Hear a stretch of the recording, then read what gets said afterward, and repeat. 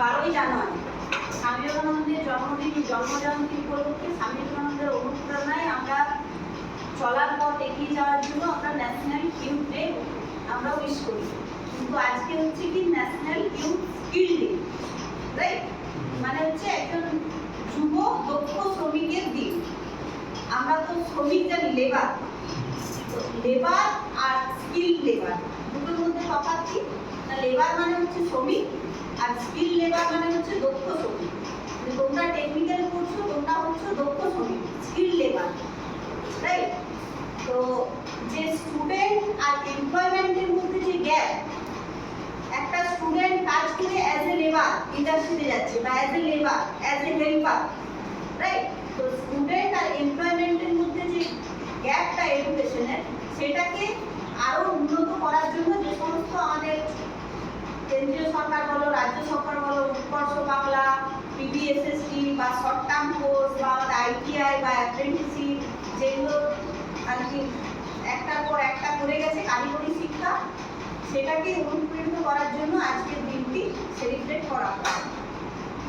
আমি শুভম স্যারকে অনুরোধ করবো এ ব্যাপারে বিস্তারিত বলার জন্য।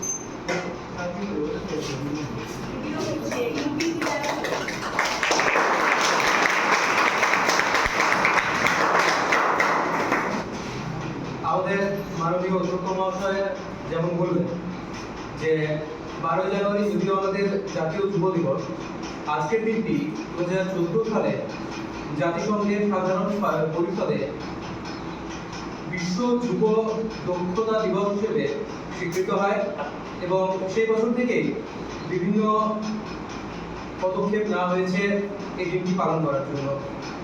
একটি সমাজ তথা একটি জাতি সে কোন পথে অগ্রসর হবে, তার ভবিষ্যৎ কি হবে, তা নির্ভর করে সেই জাতির যুব সমাজের উপরে।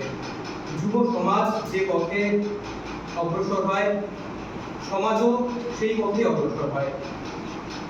বর্তমান পরিস্থিতিতে আমরা নিজেরাই বুঝতে পারি যে আমরা নিজেদেরকে শুধুমাত্র পুঁথিগত বিদ্যাতে আবদ্ধ করে রাখবো, নাকি কারিগরি বিদ্যা শিখে, প্রযুক্তিগত বিদ্যা শিখে সেই প্রযুক্তিকে